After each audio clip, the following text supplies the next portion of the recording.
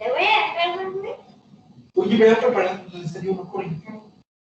Tú ya desayunaste.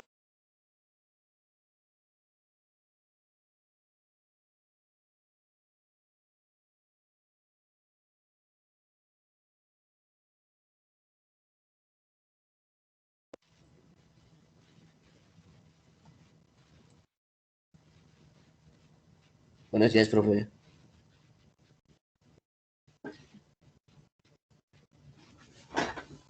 ¿De qué, Antonio? Buenos días. Buenos días, Antonio. Buenos días a todos. Yo creo que empiezo. Yo creo que empiezo en un minuto, nada más que se conecten, que terminen de conectarse la mayoría e iniciamos. Un minuto.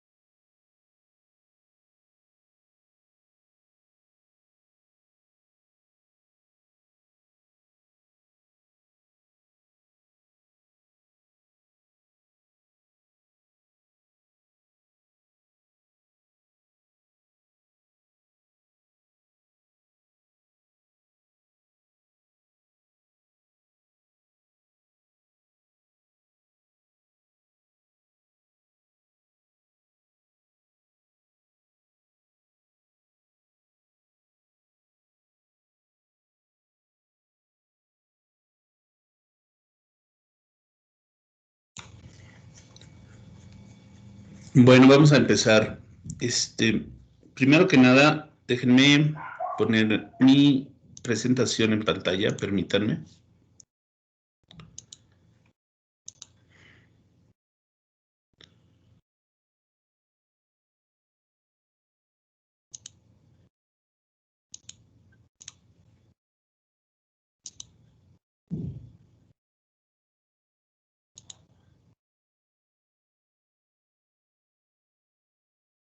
¿Me avisan si ya se ve? Ya, profe. Ya, profe. Ok. En este caso, para esta materia, la fecha de examen es el siguiente sábado. Entonces, el día de hoy voy a terminar de ver temas que vienen en el examen y que no he revisado con ustedes. Y también quiero ver qué viene en el examen y cómo viene para que ustedes estén preparados y no les sorprenda el examen. Vamos a empezar con cuestiones de si hay dudas de los entregables anteriores.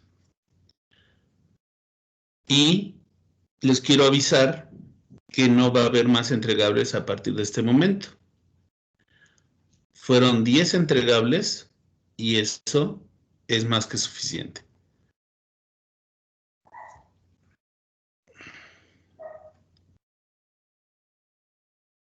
¿No hay dudas de entregables anteriores? No, profe. No, profesor. Ok, parece que no. Vamos a las fechas de examen. Las fechas de examen, hubo modificaciones. Esta semana nos pasaron la instrucción por parte de dirección que el examen final se tiene que programar desde el día miércoles 14, ¿sí? Que es de la siguiente semana, a las 7 de la mañana inicia. Y pueden resolver el examen hasta el sábado 17, hasta el final del día. De alguna manera, ustedes pueden hacer el examen en cualquier momento de todos esos días, ya sea el miércoles, el jueves, el viernes o el sábado.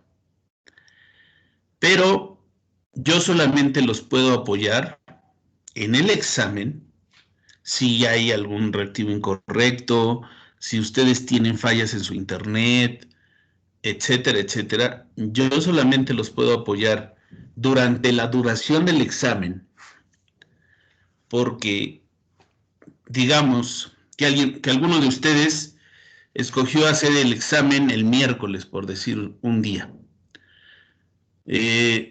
Lo quiso hacer por la tarde, regresando de trabajar, y resulta ser que le falla internet cuando está haciendo el examen, o tiene falla en su internet. Y en ese momento me reporta a mí: profesor, tuve problemas al estar haciendo mi examen. Yo no lo voy a poder atender de inmediato,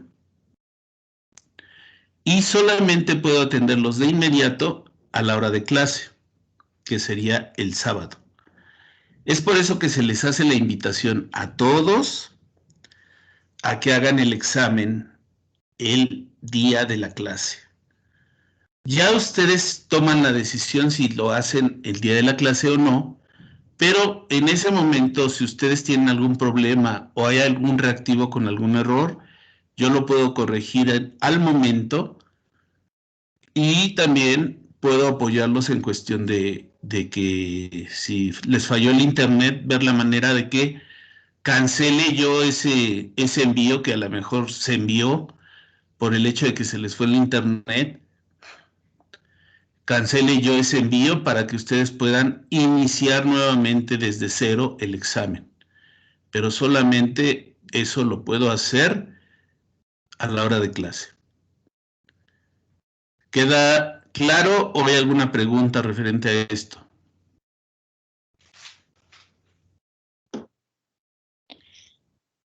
Sí, todo claro, profe. Todo claro. Bueno, ya ustedes toman su decisión de en qué momento hacen el examen. El examen va a estar abierto desde el miércoles a las 7 de la mañana. Se va a cerrar el sábado al final del día. Y yo voy a pasar calificaciones posteriormente. Eso quiere decir que tendríamos el siguiente sábado para entrega de calificaciones y para revisión de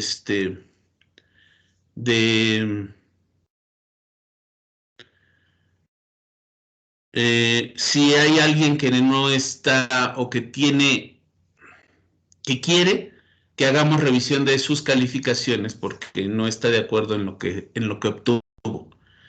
Entonces, eso lo veríamos el sábado siguiente. Es decir, ya no habría clase, sino simplemente sería entrega de calificaciones finales y atender a los compañeros que tengan alguna situación de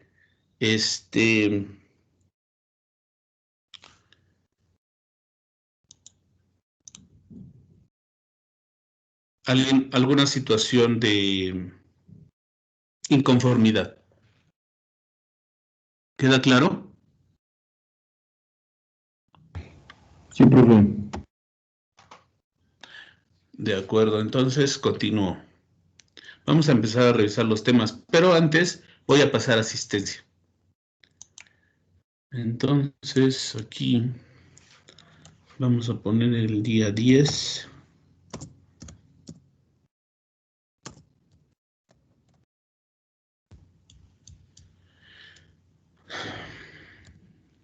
Ayala. ¿No? Barrera. Presente, profe. Richie. Cortina.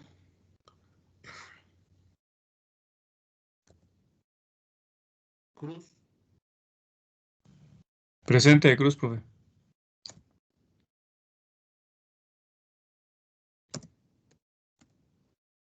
De los Santos. Presente. Fernando. Presente. Fernando Santiago. Presente, profe. Okay. González. Presente, profe. Hernández Ángeles. Presente, profe. Muy bien. Tengo aquí que no asististe la clase anterior, ¿es correcto? Sí, la clase anterior no me pude conectar. Ok. Profe, perdón, fui al baño. ¿Qué apellido tienes? Cortina, Antonio. Ok, Cortina. Listo, ya. Gracias, discúlpeme. Hernández Guardado. Presente, profesor. Ok. ¿No pudiste? Ah, no, sí, perdón. Hernández. Jiménez. Presente, profe. Jiménez Zamora Emanuel. Muy bien. López. Presente, profesor. Tengo aquí que no asististe a la clase anterior, ¿es correcto? Sí, profesor, correcto. De hecho, estuve en su clase anterior en álgebra, pero en esta tuve una complicación y tuve que salir de emergencia. Ok. Martínez. No. Nicolás. Presente, profe. Olagues. Presente, profe. Ok. ¿No entraste a mi clase de álgebra, Olagues? Sí, profe. No recuerdo que me hayas contestado. A ver, permíteme.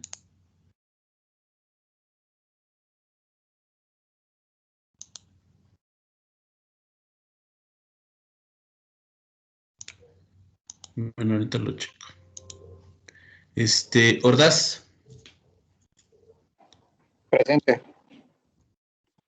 Pica.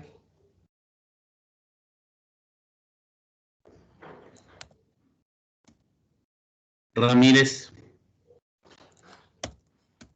Reyes. Presente, profe Reyes, presente. Rivera. Rivera González.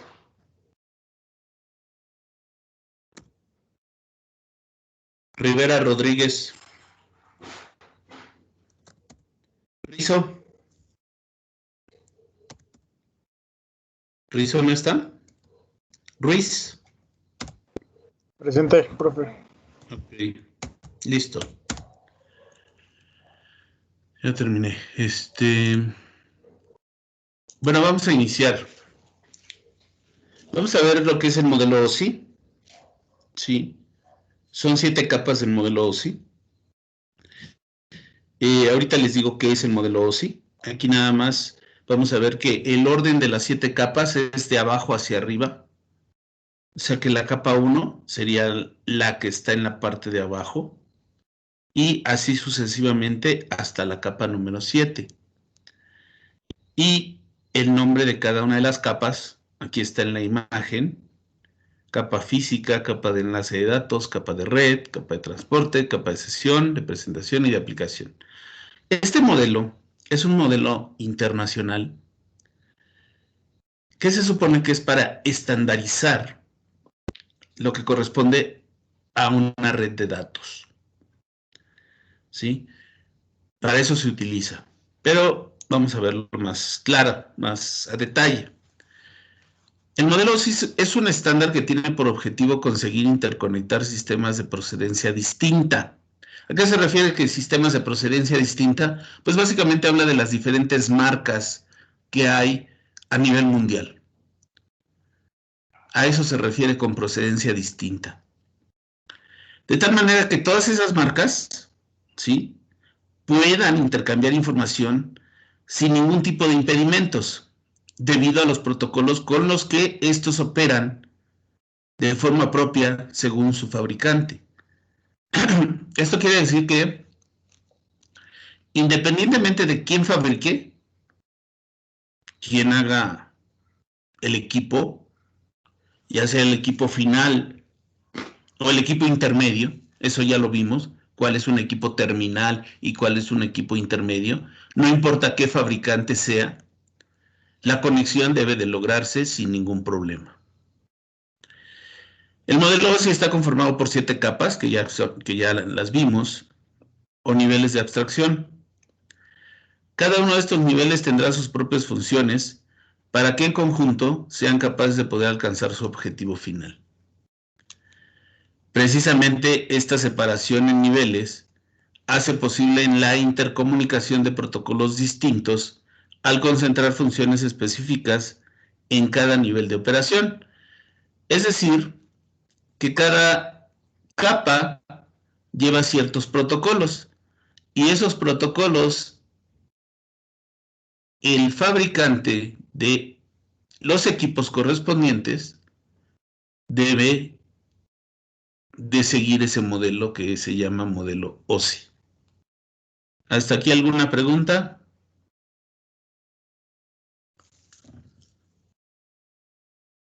Acuérdense que el tema principal que estamos viendo es redes.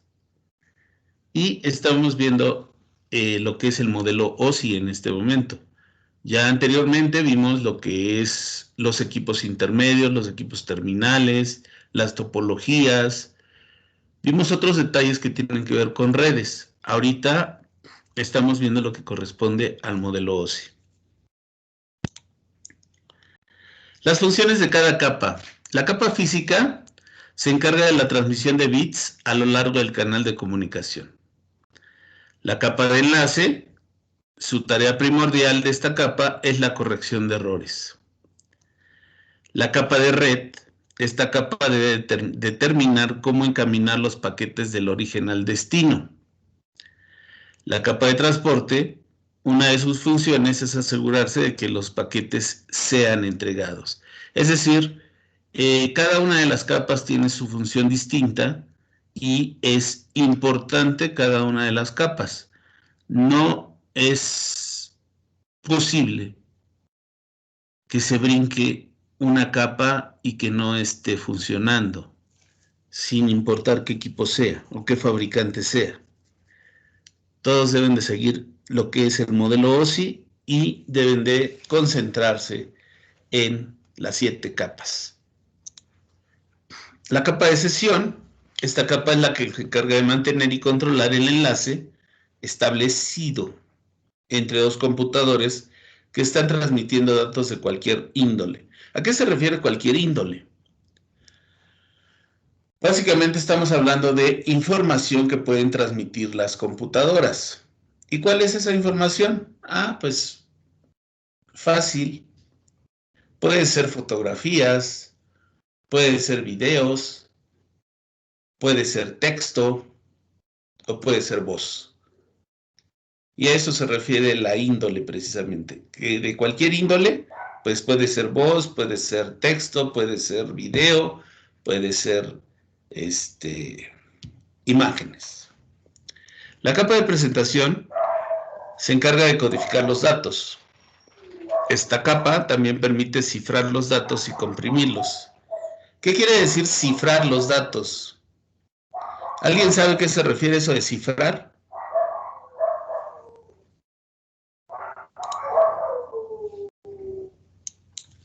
¿Han oído la palabrita cifrar? Sí, ¿Perdón? ¿Me dice que los datos están protegidos, ¿no? Sí, están cifrados, algo así. Es correcto, Antonio. Sí, efectivamente, sí. Sí, tiene que ver con eso, con la seguridad. Y cifrar la información quiere decir que esa información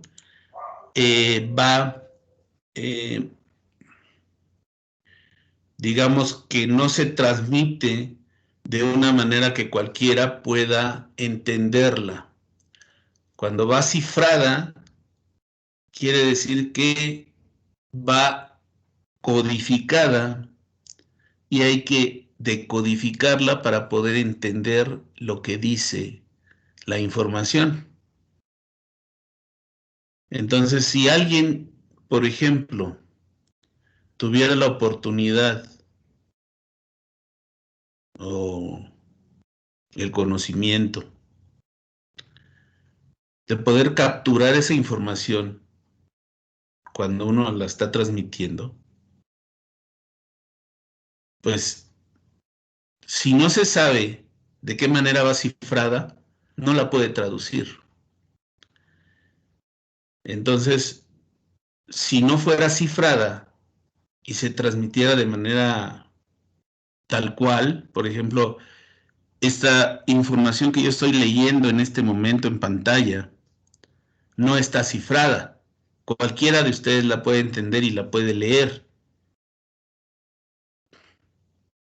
Pero si yo la codifico y en lugar de poner esto, pongo números y letras, símbolos, etcétera, ya no se va a entender. Entonces, eso quiere decir cifrar, que la información vaya segura y vaya de una manera oculta dentro de una codificación. No sé si más o menos se entendió o hay alguna pregunta. Profe, ¿eso es Dígame. básicamente por la seguridad o también es por el ahorro de, no sé, de información o de datos? No, no es tanto por el ahorro de la transmisión de la información, sino más bien es por seguridad. Y precisamente una de las cosas que dice y que presume WhatsApp es el hecho de que la información va totalmente cifrada de extremo a extremo y que nadie la puede, o sea, si alguien captura tu información antes de que llegue con la otra persona, nadie la va a poder entender porque no saben de qué manera va cifrada. A eso se refiere. No sé si contesté a tu pregunta. Sí, sí, sí entendí. De acuerdo. ¿Alguien más? Bueno, eso se refiere a cifrar. Entonces eso lo hace la capa de presentación. Cifra los datos y los comprime.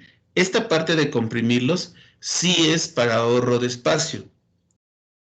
Pero lo de cifrar no es para ahorro de espacio. Lo de comprimirlos, sí. Ahí sí, cuando se comprimen los datos, ahí se está haciendo que la información tenga un espacio menor del que debería de ocupar. Un ejemplo es el formato MP3. El formato MP3 es un formato que ahorra espacio. Y dependiendo del nivel de MP3 tiene diferentes niveles. Dependiendo del nivel, se va a escuchar bien, se va a escuchar más o menos, o se va a escuchar mal. Eso es comprimir los datos. Por lo tanto, podría decirse que esta capa actúa como un traductor, por lo que ya expliqué de cuestiones de cifrar la información. Capa de aplicación ofrece a las aplicaciones la posibilidad de acceder a los servicios de las demás capas y define los protocolos que utilizan las aplicaciones para intercambiar datos. Es decir, es la parte que está, que ya utiliza el usuario final. Cuando ustedes están trabajando, ya sea con un Word, ya sea con un Outlook para mandar un correo electrónico, etcétera, esa es la capa de aplicación, la que está o la que tiene en sus manos el usuario final. ¿Alguna pregunta? Decía que esas capas van en orden jerárquico o algo así, de la 1 a la 7. ¿Es más importante la 1 o en orden de ejecución o algo parecido? Sí, y no es que sea más importante una, sino que, por ejemplo, aquí, estás en la parte de aplicación. Voy a tratar de explicar un ejemplo. Estás tratando de enviar un correo electrónico.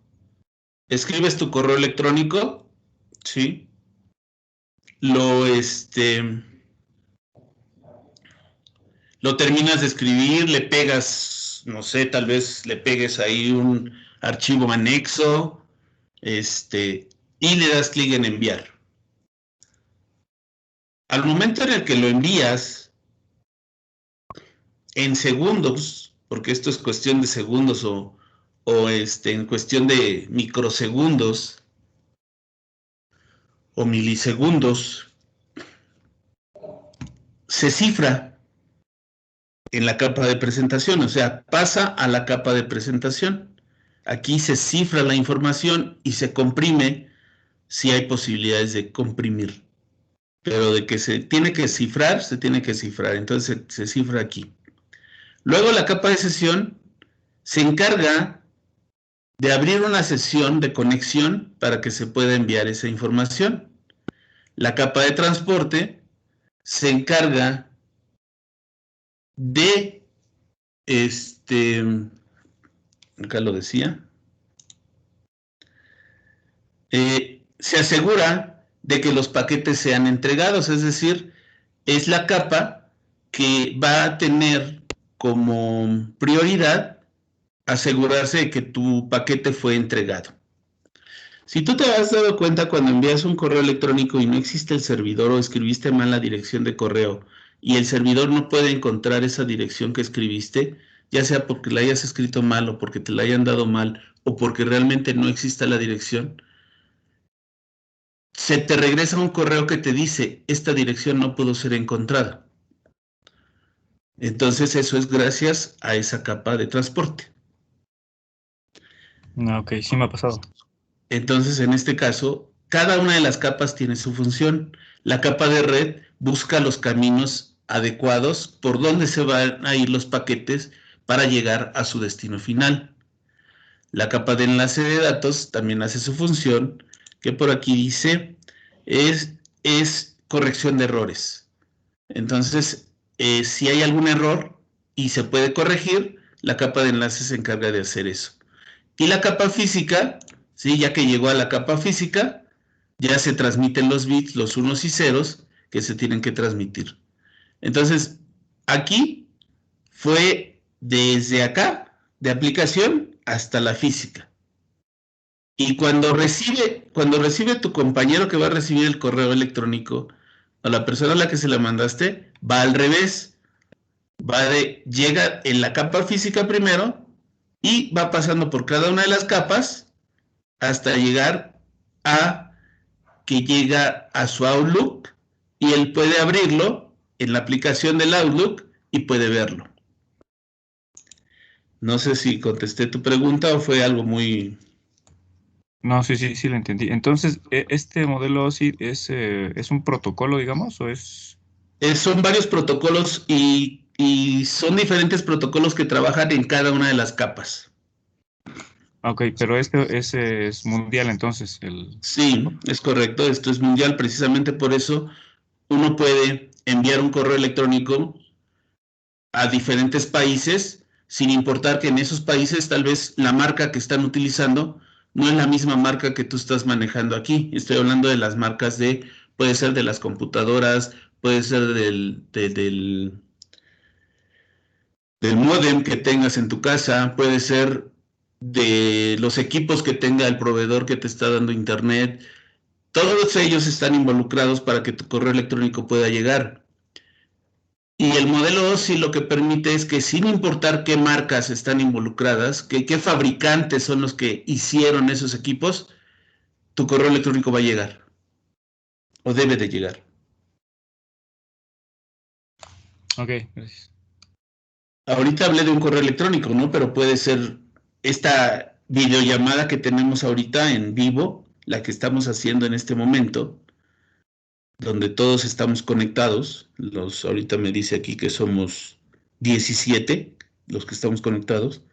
Entonces, no importa que no tengamos una computadora que es de la misma marca, no importa que nuestro módem sea distinto, no importa que tal vez uno tiene contrato con Easy, otros con Telmex, otros con Total Play, no importa todo eso, y cada uno de ellos, Total Play, Easy y Telmex, manejan fabricantes distintos dentro de sus equipos que tienen para brindar internet y para poder comunicar a todos contra todos. No importa nada de eso. Si te das cuenta, estamos conectados gracias a que este modelo permite conexiones internacionales y quien no sigue este modelo se queda fuera. No podría conectarse a nivel mundial, sino nada más en esa zona o en ese lugar. pero no podría conectarse con nadie más. No sé si me expliqué un poco más. Sí, Sí, está profe. claro. De acuerdo. Bueno, continúo.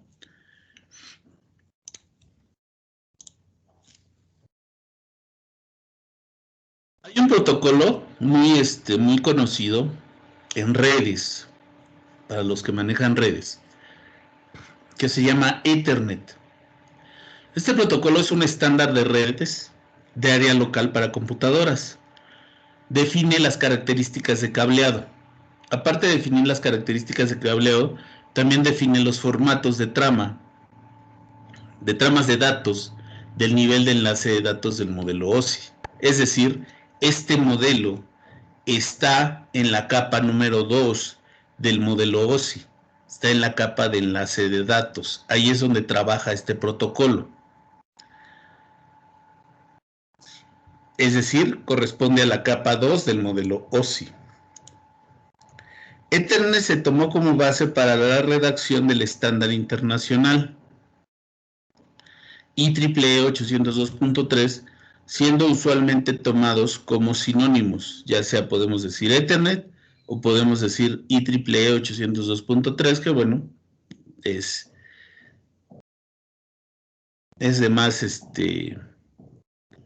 es más utilizado decir Ethernet que esto de aquí. En vez de código. Ajá, exactamente. Y me está acordándose del código. Ajá, de los números y todo eso. Los dispositivos intermedios trabajan en ciertas capas del modelo OSI, es decir, los dispositivos intermedios que ya vimos anteriormente, que son los equipos, como por ejemplo el módem que ustedes tienen en su casa, eso es un equipo intermedio. Los equipos que están también, porque ese módem transmite información hacia su proveedor de internet, a quien les brinda a ustedes el servicio. Y este proveedor, que puede ser Telmex, puede ser Easy o puede ser Total Play, o si alguno de ustedes tiene algún otro, díganme quién es, porque son los más conocidos, digamos. Pero ese proveedor de internet también tiene equipos en sus instalaciones. Entonces, todos esos equipos que tiene él y que logran la comunicación, que uno se pueda comunicar, así como lo estamos haciendo en este momento en vivo y en directo, son equipos intermedios. Los equipos terminales, ya habíamos dicho, son las impresoras, son las computadoras, son los teléfonos inteligentes. Todos estos son equipos terminales. Entonces, los equipos intermedios también trabajan en ciertas capas del modelo OSI. Hay equipos que trabajan en la capa física, hay equipos que trabajan en la capa de enlace de datos y hay equipos que trabajan en la capa de red.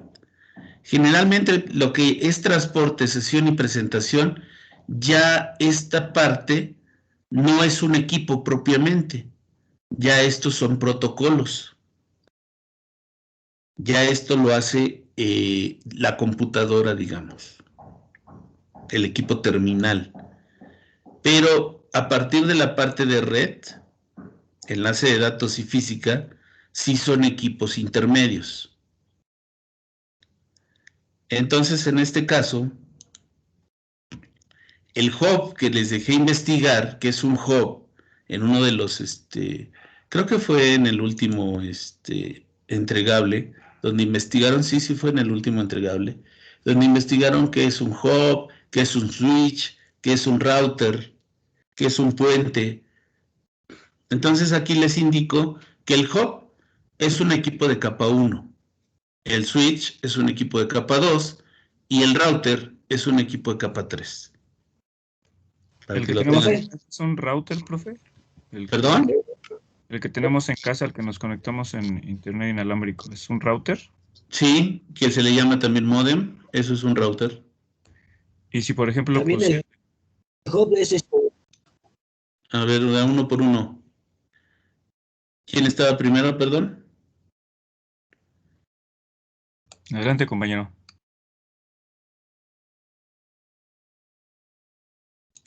Gracias, amigo. También el hub, por ejemplo, dice que tiene 256 puertos y es conocido como USB, profe. ¿Eso es verdad o no? Lo que pasa es que ahí, Internet tiene información de todo tipo. Entonces, este hub que tú estás diciendo es un hub USB, que es totalmente distinto a lo que es un hub para conexión de redes, ¿sí? El hub USB, tú lo conoces y hay algunos hubs USB que tienen 5 puertos, que tienen 6 puertos, que tienen 4 puertos, y son para que tú conectes más equipos USB, digamos, conectas un mouse, conectas un teclado, conectas tal vez, hay audífonos que se conectan al puerto USB, hay varias cosas que puedes conectar, hay bocinas que se conectan al puerto USB. Entonces, un hub USB es eso que estoy diciendo ahorita, y un hub para redes es un equipo que te permite conectar computadoras para que se conecten entre ellas. ¿Sí te contesté, Antonio? Sí, profe. Ok, Neri. Sí, entonces el hub es básicamente hardware o Sí, no es sí, sí, software. sí. Y el switch creo que sí puede tener algo de software o se puede administrar.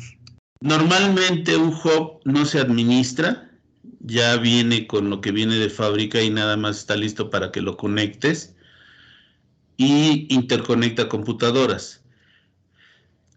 La diferencia entre un hub y un switch es que un switch sí puede administrarse, te puedes meter en él y hacer algunas configuraciones. Y otra diferencia es el hecho de la compartición del ancho de banda. El hub divide el ancho de banda entre cada una de las computadoras y el switch no, el switch su ancho de banda es independiente para cada computadora. Un ejemplo, si el hub trabaja a 10 megabits por segundo y se conectan 10 computadoras porque es un hub de 10 puertos, entonces a cada computadora le queda 1 megabit por segundo, ya que el hub, por su diseño, divide divide entre las computadoras que estén conectadas. Entonces son 10 megas en total lo que trabaja el hub y son 10 computadoras, 10 entre 10 es 1. Entonces a cada computadora le queda 1 mega de velocidad de conexión. Y un switch, por ejemplo, si trabaja a 10 megabits por segundo de conexión y son 20 computadoras las que están conectadas, pues cada computadora va a trabajar a 10 megabits sin importar que son 20 computadoras las que están conectadas. Y un router es para conectar switches, es decir, un router solamente a excepción de los módems caseros, que son los que se utilizan, digamos, en residenciales o así se le llama cuando no es un negocio, cuando no es una oficina residencial. Ese tipo de módem es el único que se puede conectar las computadoras, pero en oficinas las computadoras las vas a conectar a un switch y del switch, si tienes varios switch, esos switch los vas a unir en un router y ya después del router sale mediante un módem hacia internet. Y así todas las computadoras de la oficina pueden salir a internet. No sé si contesté tu pregunta, Neri. Sí, gracias, profe. Ok, entonces continuamos.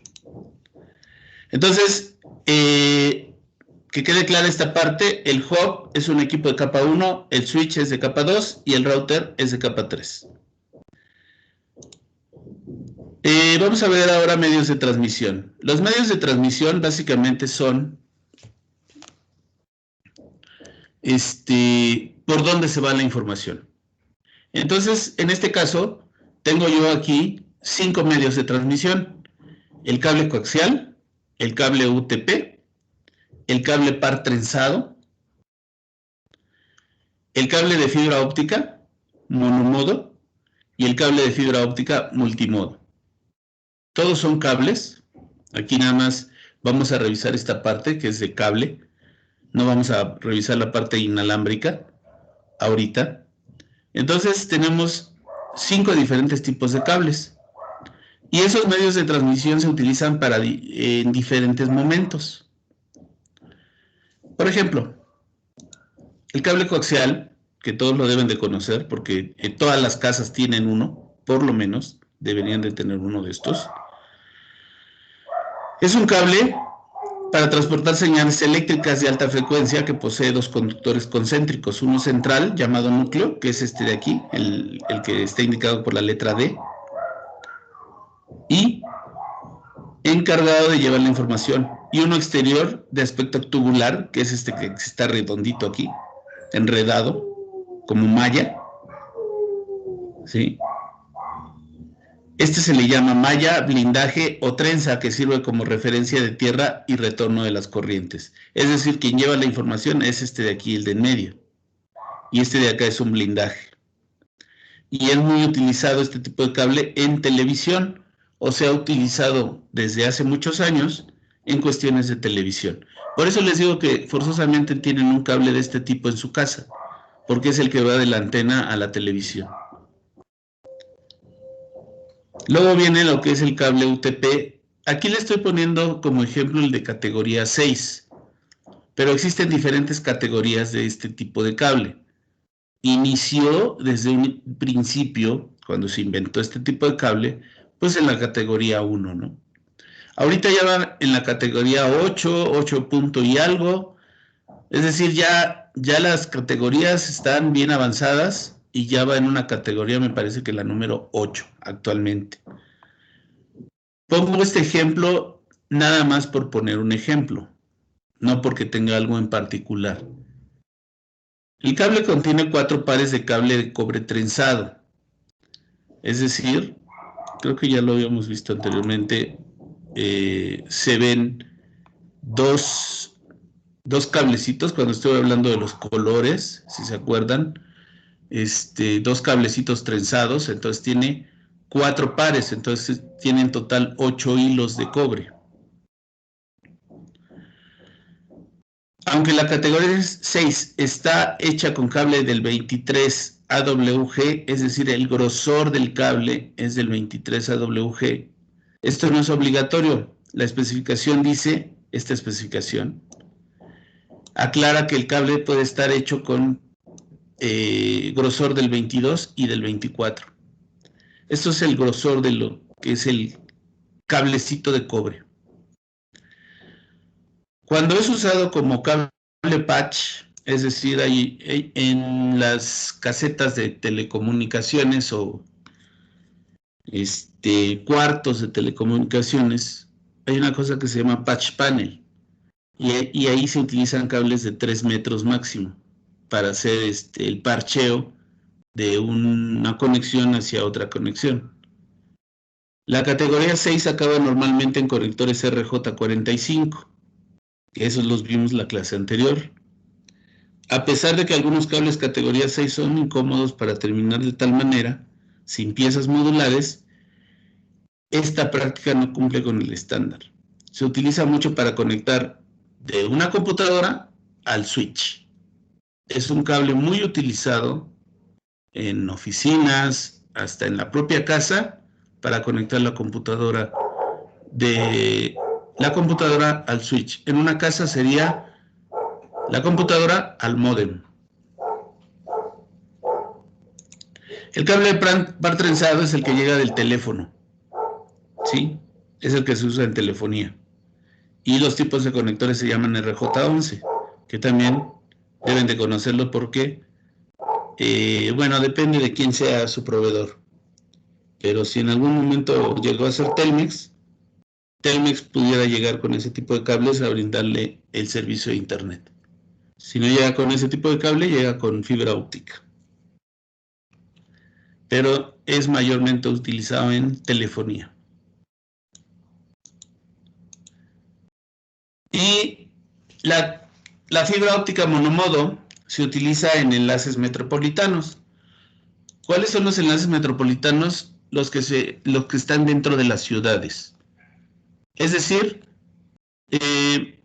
toda empresa, la que ustedes gusten, Total Play, Easy, Telmex, cualquiera de esas tres, tiene alrededor de la ciudad varias oficinas para poder brindar el servicio a diferentes colonias. O sea, una sola oficina no puede brindar el servicio a toda la ciudad. Entonces tiene varias oficinas que brindan el servicio en diversas colonias. Esas oficinas deben de estar conectadas entre sí. Entonces esas oficinas se conectan entre sí utilizando fibra óptica monomodo. A eso se refiere enlaces metropolitanos. Enlaces de larga distancia son los que están de ciudad en ciudad. Es decir, por ejemplo, de aquí, de México, de Ciudad de México, a la ciudad de Querétaro, por mencionar otra ciudad, hay una conexión para que se puedan comunicar con los que viven en Querétaro. Esa conexión se hace con fibras monomodo, fibra óptica monomodo. Y eso se le llama enlaces de larga distancia, los enlaces que conectan ciudad con ciudad. Redes de planta exterior. A esos dos tipos de redes, tanto enlaces metropolitanos como enlaces de larga distancia, se les llama redes de planta exterior. Y la fibra puede ir ya sea subterránea, es decir, enterrada, o puede ir en postería, utilizando postes. ¿Alguna pregunta hasta aquí? Profe, a lo mejor no salgo del tema. Y por ejemplo, entonces en comunicaciones internacionales o así, ¿también es por cable o por fibra o satelital? Anteriormente era satelital, pero había un problema de retardo, porque la información tiene que subir 36,000 kilómetros y bajar 36,000 kilómetros. 36 más 36, ¿cuánto es?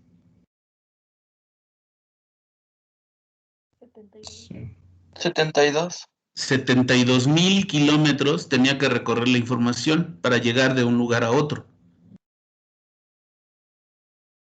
Y eso nada más era para subir y bajar.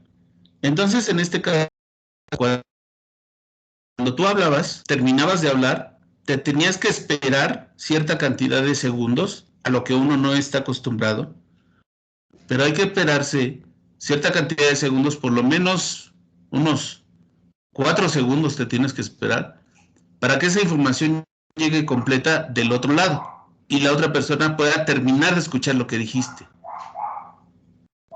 Debido a ese retardo, pues ya saben que la tecnología siempre trata de resolver detalles. Entonces ese retardo pues no era algo normal. Uno quiere platicar con otra persona de manera en la que no tenga que esperarme después de que terminé de hablar, ¿no? Termino de hablar y ya en automático ustedes terminaron de escucharme al mismo tiempo que dejé de hablar.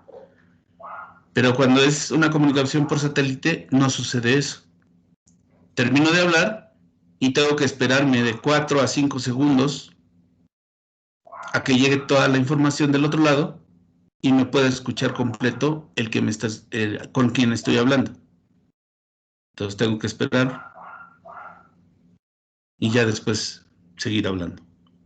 Entonces, debido a eso, inventaron lo que se conoce como fibra de cable submarino, que es la que une continentes.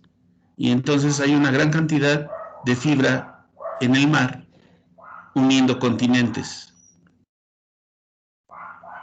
Se une el continente americano con el continente europeo, se unen todos los continentes que tienen mar, o sea, que no están conectados por tierra, se unen a través de fibra óptica que va por el mar. ¿Contesté a tu pregunta? Sí, gracias. Ok. Continuamos. La fibra óptica multimodo se utiliza para enlaces cortos. Si se dan cuenta, esto que acabo yo de hablar de enlaces metropolitanos, pues son enlaces largos porque conectan colonias o oficinas de diferentes colonias. Entonces, por lo menos aquí estamos hablando de unos, por lo menos unos 10 kilómetros de distancia. Y los de larga distancia, pues ya depende de qué ciudad sea, ¿no? Entonces, esos ya pudieran ser hasta de 150 kilómetros o 200 kilómetros. Son enlaces largos.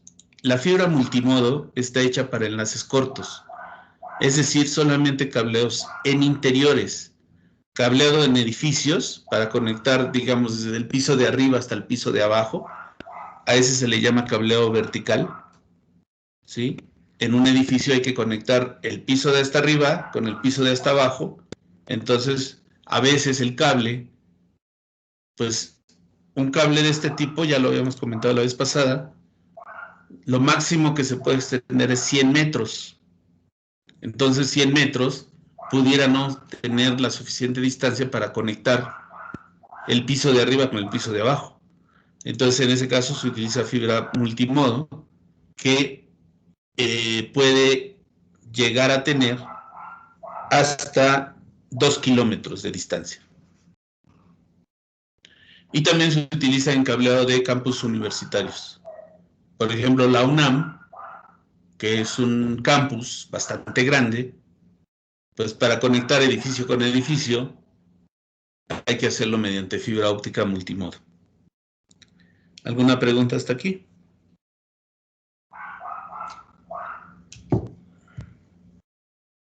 No, profe. Permítanme un momento, por favor.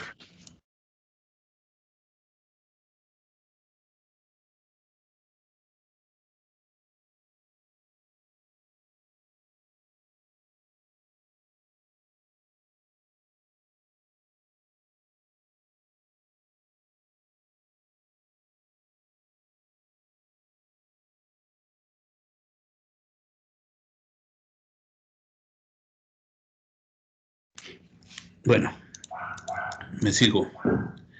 El proveedor de servicio de Internet, independientemente si es Easy, si es Telmex, si es TotalPay, se le llama ISP, por sus siglas en inglés.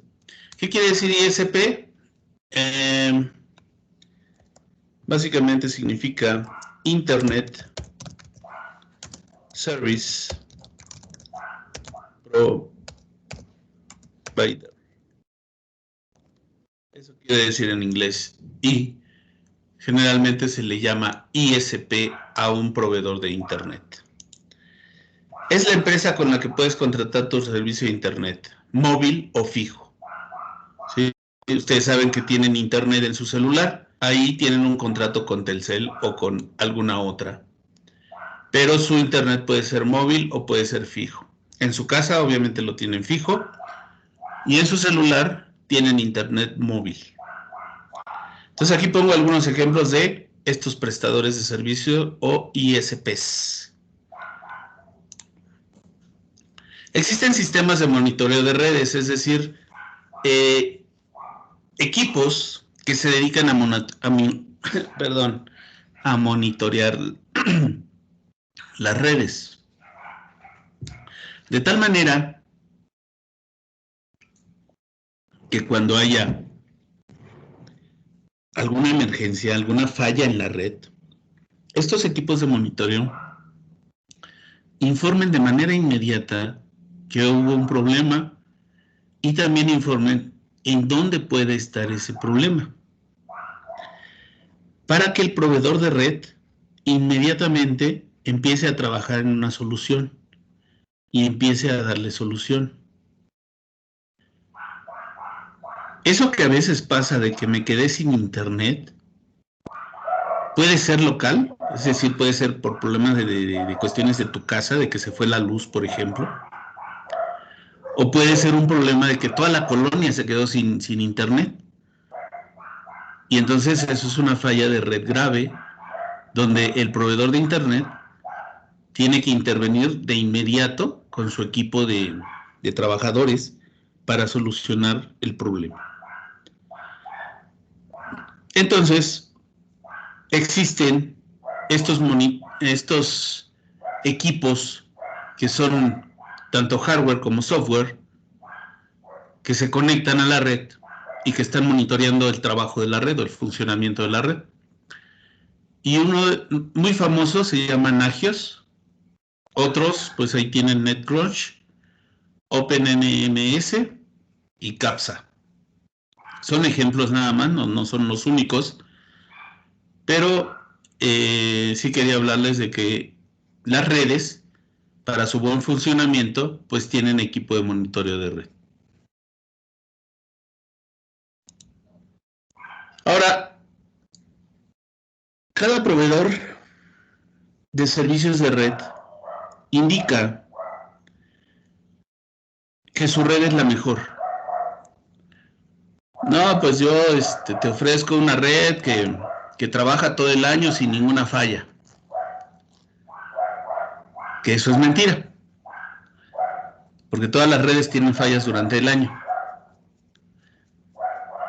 Entonces, en años de estar activos como proveedores de servicio, pues ya más o menos llevan sus estadísticas y saben cuánto o qué porcentaje pueden ofrecer de disponibilidad de la red.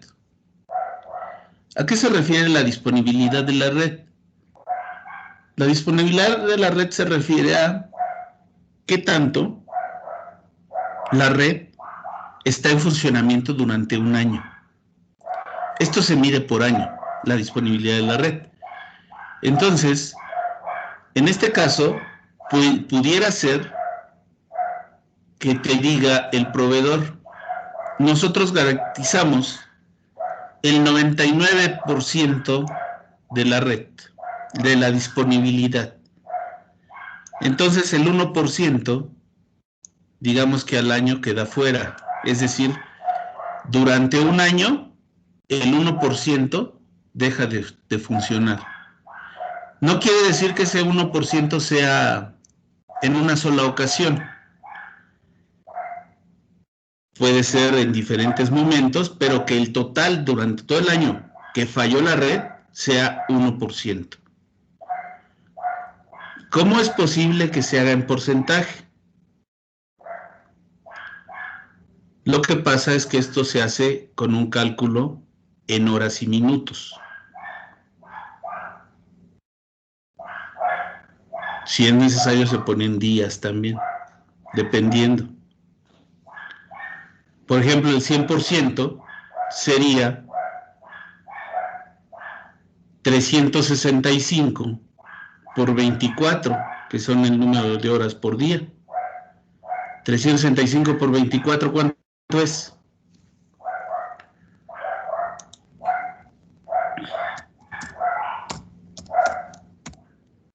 $8,760 horas. Entonces ese es mi 100%. 8,760 horas es mi 100%. Entonces el 99% de esta cantidad es el tiempo que está funcionando. Y el 1% de esta cantidad es el tiempo que dejaría de funcionar. Si es el 1%, ahorita les digo cuánto es. Esa cantidad por 0.01. Sería 87.6 horas. 87.6 horas. Entonces se puede decir que 87.6 horas deja de funcionar al año. Insisto, eso no quiere decir que sea en un evento. Puede ser en un evento de 8 horas, otro evento de 10 horas, otro evento de 5 horas, etcétera. Durante todo el año, el caso es que durante todas las fallas que hubo en ese año, se acumularon 87.6 horas. ¿Sí se está entendiendo esto? Sí, profe. Entonces, mientras mayor porcentaje sea, como este que indica que es el 99.9999%, perdón, 99.999%, sería una disponibilidad mayor a esta de acá. ¿Cierto?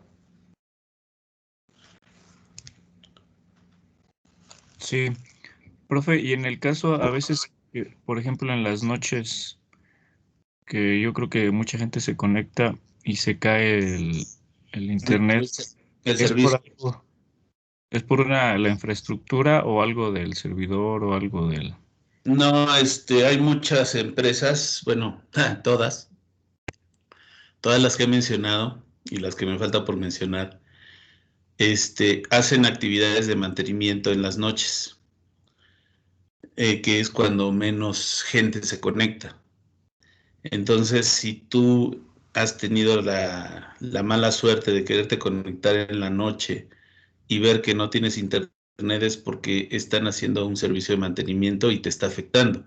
Porque sí, definitivamente afectan y pues no avisan, pero utilizan las noches precisamente ya sea para agregar un equipo, para quitar o cambiar un equipo, etcétera, y eso puede afectar a los usuarios, pero pues bueno, no debe de ser todas las noches, ya si es todas las noches, pues ahí sí hay que reportarlo porque no debería de ser.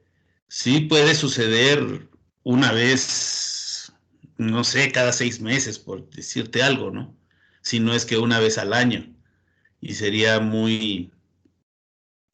eh, muy casual, sería mucha casualidad de que ese mero día cuando te querías conectar, pues resultó que tenían mantenimiento, ¿no? Entonces, no, debe de estar funcionando y y solamente que hagan algún mantenimiento, pero eso no es todas las noches. ¿Sí contesté a tu pregunta, Neri? Sí, gracias. Antonio, ¿ibas a preguntar algo? Sí, profe, ¿qué iba a comentar? Anteriormente, bueno, aquí en su casa tenemos Infinitum, o sea, de Telmex, y corría muy bien el internet, pero hicieron la migración a fibra óptica y empezó a fallar mucho. Yo creo que también hay muchos que les ha fallado la fibra óptica. ¿Por qué falla mucho esa, bueno, la fibra óptica? Como este rato lo estaba viendo, pero quería como que salir de la duda. Son muchos detalles. En este caso, el cable de fibra óptica, la delincuencia en muchas ocasiones lo confunde con cable de cobre. Entonces, dependiendo de la zona, hay mucho vandalismo en ocasiones y corta la fibra óptica pensando que es cobre y no le sirve de nada. La verdad no lo puede vender. No hay manera de que venda ese cable y entonces pues hay que hacer el cambio, la sustitución de ese cable y mientras hacen ese cambio, pues obviamente te quedas sin internet. Pero eso realmente depende de la zona, depende pues de los efectos de la delincuencia y normalmente cuando falla la fibra óptica es porque hay cortes de fibra. Eh, Normalmente las fallas son o suceden desde la oficina, donde está la conexión, a donde llega tu conexión, digamos, la oficina donde la que te está dando el servicio, a tu casa. Esa sería en algún punto de esa distancia que hay de la oficina a tu casa, eh, cortan la fibra óptica y en lo que la cambian, pues te dejan sin internet. Normalmente esa es la falla más común que sucede cuando se queda una persona que tiene fibra óptica sin internet. De ahí en fuera, si esa conexión permanece sin daños, sin que le hagan nada, los equipos no tienen por qué fallar, no hay problema. No sé si contesté, Antonio. Sí, profe, gracias. Ok. Continúo. Entonces queda claro lo de disponibilidad de la red. ¿Qué es WPAN? WPAN quiere decir, la W quiere decir wireless, es decir, sin cable, ¿sí? Y PAN se refiere a una red personal. Esta red personal, ¿sí? Básicamente se refiere a una red de tipo Bluetooth. Esta red pues ustedes saben que cuando tienen un dispositivo Bluetooth, lo pueden conectar ya sea a una bocina, ya sea a unos audífonos. Es más, pueden transferir información, transferir archivos de la computadora al teléfono o viceversa, del teléfono a la computadora, usando Bluetooth. Entonces, ese tipo de conexiones que se hacen es lo que es una red WPAN. ¿Por qué estoy aclarando esta parte? Porque en el examen puede venir precisamente qué es WPAN. Entonces, por eso esta aclaración. Estándares LAN. ¿Qué son los estándares LAN? Los estándares LAN básicamente son estándares de redes de área local, ¿sí? La red de área local es la que está dentro de una oficina, está dentro de un campus, está dentro de un edificio o está dentro de una casa. Eso es una red LAN. Ya cuando sales a la calle, ya deja de ser una red LAN. Ya se caracteriza por ser una red WAN. Pero en este caso son estándares que se usan en redes LAN. Por ejemplo, aquí hay 4 estándares. El 802.11, el 802.11a, el 802.11b y el 802.11c. Son 5 estándares que la diferencia, o sea, todos trabajan en redes LAN, pero la diferencia es la velocidad de conexión. Si revisan bien cada una de las definiciones, el primero tiene conexiones de 1 y 2 megabits por segundo, que es muy baja la conexión. El segundo lo hace a 20 megabits por segundo. El tercero a 11 megabits por segundo. Y el último lo hace a 100 megabits por segundo. Entonces, simplemente estoy hablando de esto porque en el examen puede venir el estándar fulano de tal, ¿qué velocidad tiene? Pues aquí está precisamente esta información que cubre esa parte.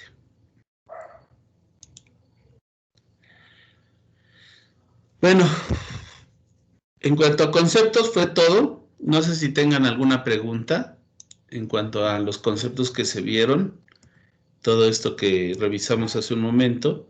Y ahorita lo que voy a pasar a ver es lo que viene en el examen, para que ustedes tengan conocimiento de los detalles de cómo vienen los exámenes. Bueno, cómo viene el examen de mi materia. Y pues saquen la mejor calificación. Les recuerdo que el examen final tiene un peso del 40%, entonces pesa lo doble que el examen bimestral.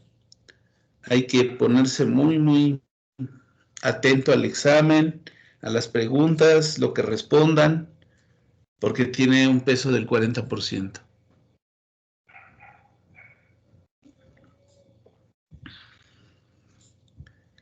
Continúo entonces. Bueno, vienen problemas prácticos, ¿ok? Es decir, esto es un ejemplo. No quiere decir que ese ejemplo es el que viene, sino que ese es un ejemplo de lo que puede venir. Es decir, vienen problemas como los que vimos en clase, en donde viene el texto del problema. En este caso se presenta aquí un problemita que dice: la política de la compañía telefónica Chimefón es chismea más por menos. Cuando se realiza una llamada, el cobro es por tiempo, el tiempo que dura esta llamada, de tal forma que los primeros 5 minutos cuestan 1 peso. Si te tardas más de 5 minutos, los siguientes 3 minutos cuestan 80 centavos. Si te tardas más de 8 minutos, los siguientes 2 minutos valen 70 centavos. Es decir, una llamada de 10 minutos, ¿cuánto costaría?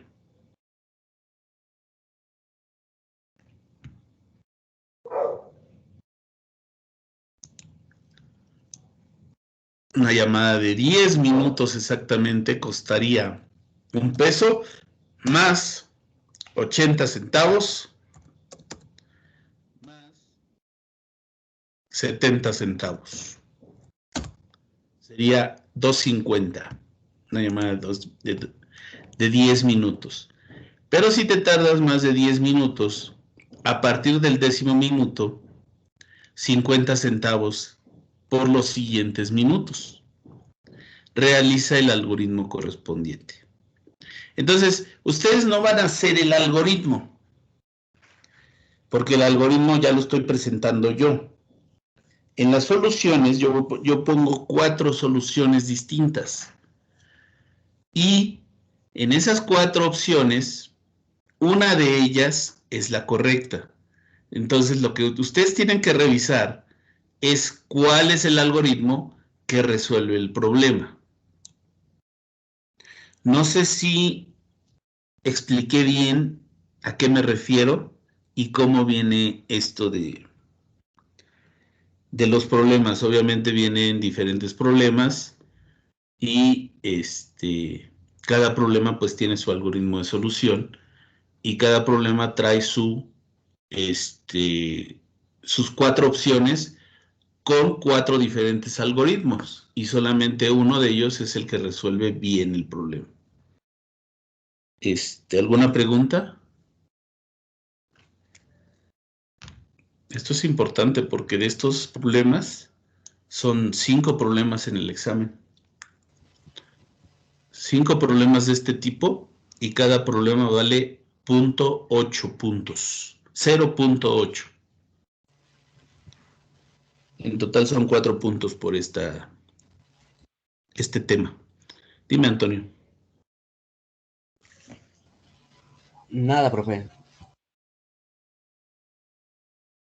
¿Los demás, todo bien?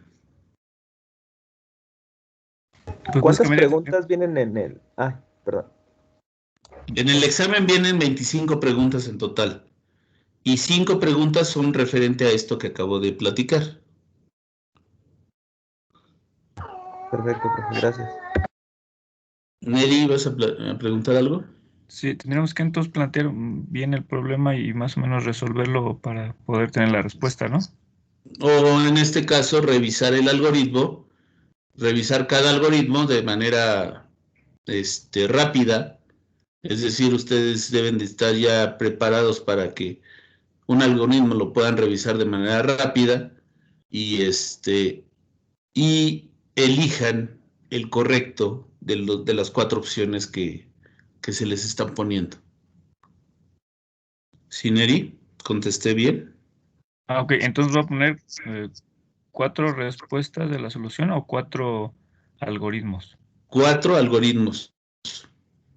Ah, ok, ya entendí, gracias. Y solamente uno es el correcto.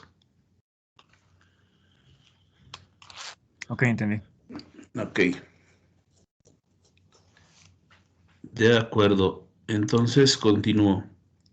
Ahora, solamente hay un problema, uno nada más, en el cual presento yo en la pregunta el algoritmo y en las posibles respuestas, que también son 4, les escribo qué es lo que hace el algoritmo. Es decir, el algoritmo ustedes lo revisan la información, las operaciones que se hacen, etcétera, y van a tener que decir mediante 4 opciones, solamente una es la correcta, qué es lo que hace ese algoritmo. Y de ahí van a ustedes a seleccionar cuál respuesta es la correcta para responder a lo que hace el algoritmo. No sé si se entendió esto. Sí, profe, más que nada yo creo es como su pseudocódigo o, ¿cómo se llama? Su diagrama de flujo, digamos, ¿no? Buscarlo. Ajá, pero no es un diagrama de flujo, básicamente es un algoritmo, el que yo pongo en la pregunta, y más abajo, por ejemplo, pongo, este algoritmo se encarga de sumar 20 números, por decir algo. Este algoritmo se encarga de sumar y multiplicar 3 números. Y tú eliges la que sea la correcta, debido a que ya revisaste el algoritmo y ya viste qué es lo que hace.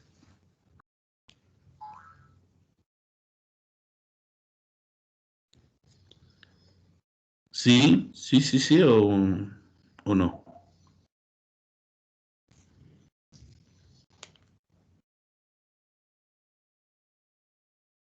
Sí, profe, gracias. Ok.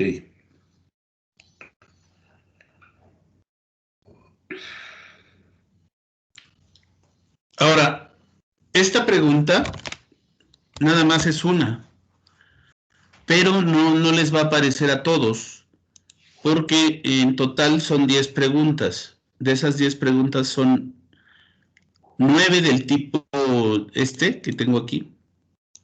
9 son de este tipo y una es de este tipo.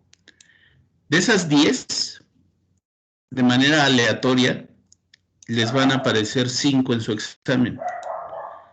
Entonces puede ser que esta no les aparezca. Pero eso ya depende de la aleatoriedad que les toque a cada uno de ustedes. Aquí está el ejemplo de que les pongo estos pasos, digamos. Lee estas variables. Si esta variable, déjenme abrirlo más. Así. Si esta variable es menor o igual que 5, entonces hacer que esta variable sea igual a t1 por 1. Si no, si t1 es menor o igual que 8, entonces hacer que esta variable sea igual a ti menos 5 por 0.8 más 5. Es decir, esto que ustedes están viendo aquí es el algoritmo. Entonces, ya que ustedes revisan el algoritmo, ustedes definen qué es lo que hace este algoritmo.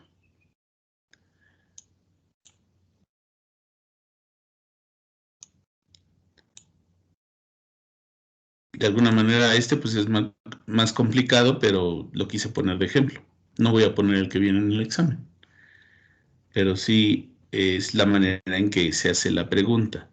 En la parte de la pregunta se pone esto que está aquí.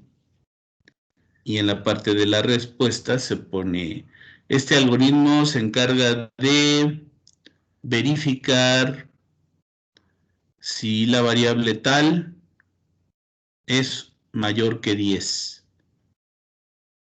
Este algoritmo se encarga de decir si el número es positivo o es negativo, dependiendo del resultado que se vaya a obtener con todo esto que está aquí.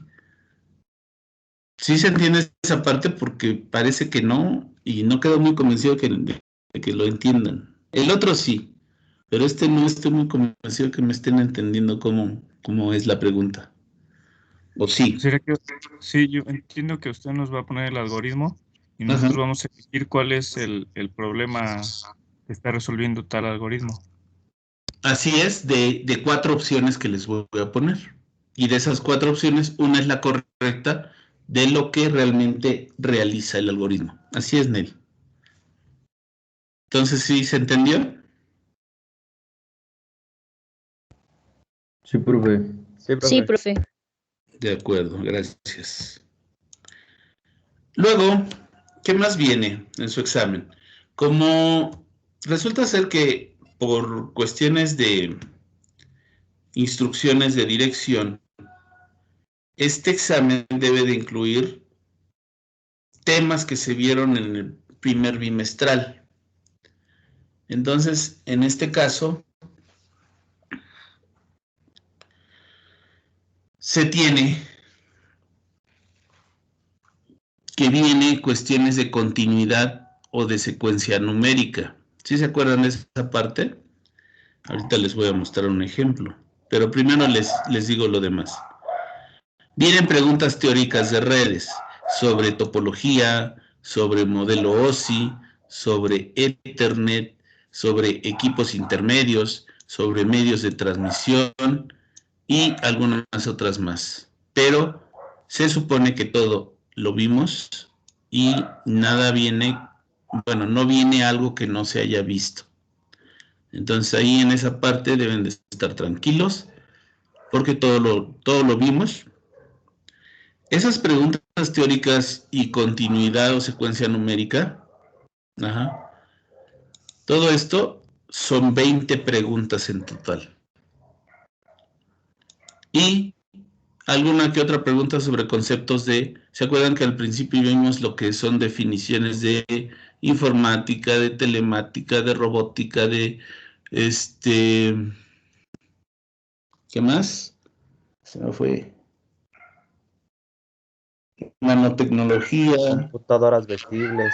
Microtecnología. Todo eso que vimos en un principio puede venir en alguna pregunta teórica. Y bueno, todas las preguntas son de respuesta múltiple. Ninguna pregunta es de otro tipo. Todas tienen 4 opciones de respuesta y solamente una de ellas es la correcta. Ahora vamos a ver unos ejemplos de esto que está aquí. Octal, binario y hexadecimal, continuidad o secuencia numérica, para recordarles a qué se refiere ese tema. Entonces voy a poner aquí una nueva diapositiva. Y aquí vamos a ver. Decir el número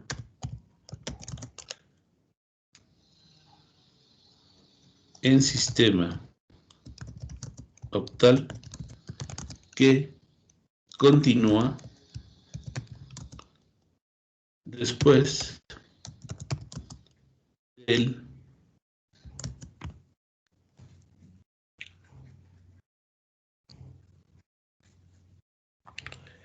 si yo pusiera el 7, 6, 7,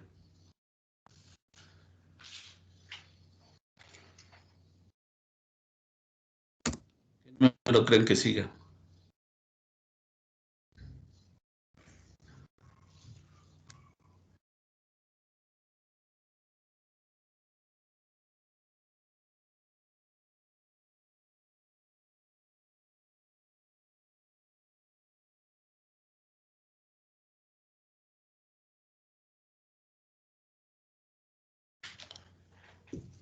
¿No? 770. 770.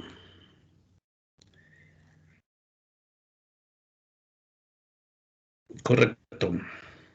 770.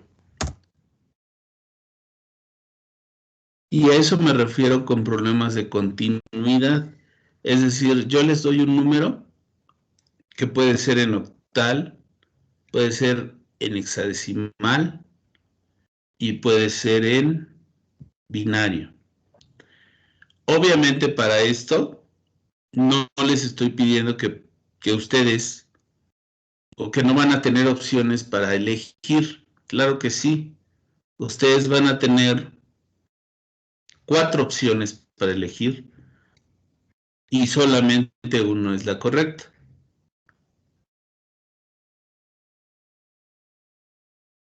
¿Alguna duda referente a esto?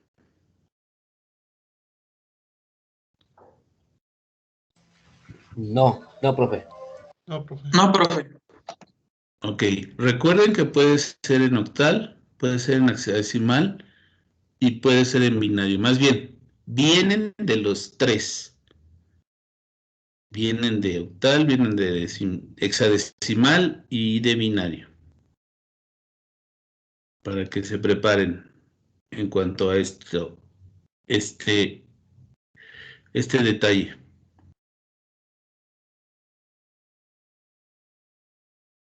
Ahora sí, revisen lo que hemos visto y díganme si tienen alguna duda, por favor, alguna duda en particular que quieran que revisamos ya en estos pocos minutos que nos quedan de clase. Pásenos con 10 ya. Fuera tan sencillo. No le cuesta nada. No, a mí no, pero bueno, sí, me cuesta la chamba porque no puedo hacer eso. Le caemos bien, ahí está. Sí, bastante bien, ¿eh? La verdad, son un grupo bastante genial, pero desafortunadamente están ustedes en una escuela de excelencia y ese tipo de cosas no se puede. Si no, no sería una universidad de excelencia. Entonces, ¿qué más quisiera? Pero no, no me es posible porque en primer lugar me cuesta el trabajo, me cuesta la chamba. Y en segundo lugar, acuérdense que para eso existe Blackboard, para tener las evidencias de lo que ustedes obtienen. Y hay revisión de empresas externas donde revisan cada cosa que está ahí. Revisan calificación por calificación de cada tarea, revisan el examen, revisan hasta lo que no te imaginas. De tal manera que esas empresas son las que deciden si continúa teniendo una calificación de excelencia o no. Okay. Así es que puedes estar tranquilo en cuestiones de que estás en una universidad de excelencia y eso debes de sentirte bastante bien por el hecho de que no es cualquier universidad.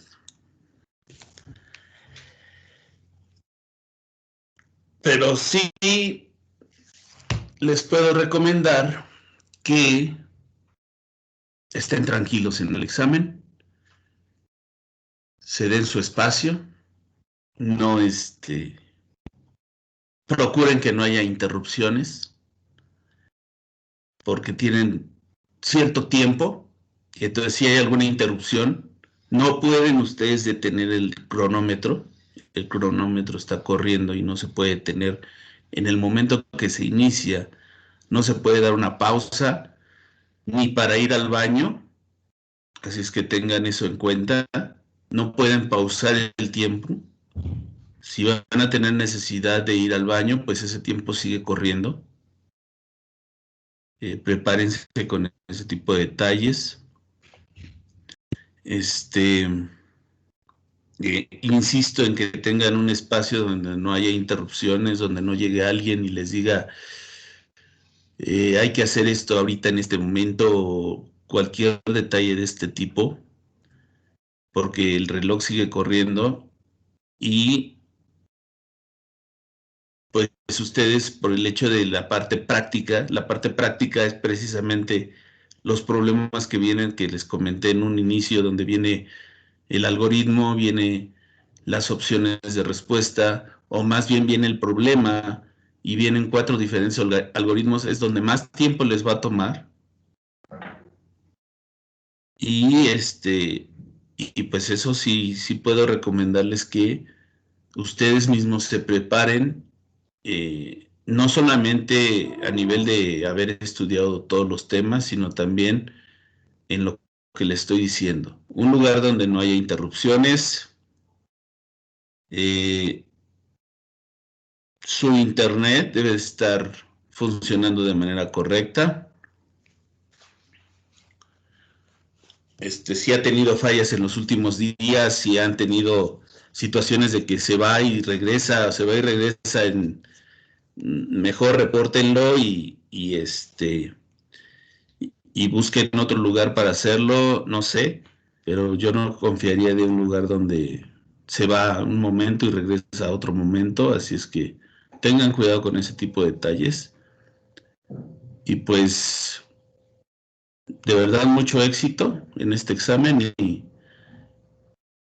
y pues sería todo por el día de hoy. Que tengan una linda tarde y un buen fin de semana, chicos. Gracias, profe. Gracias, profe. Igual. A los que gusten hacer el examen en la clase, nos vemos el próximo sábado a la hora que ya sabemos. Que estén muy bien. Gracias, profe. Gracias. Cuídense, nos vemos. Gracias, profesor.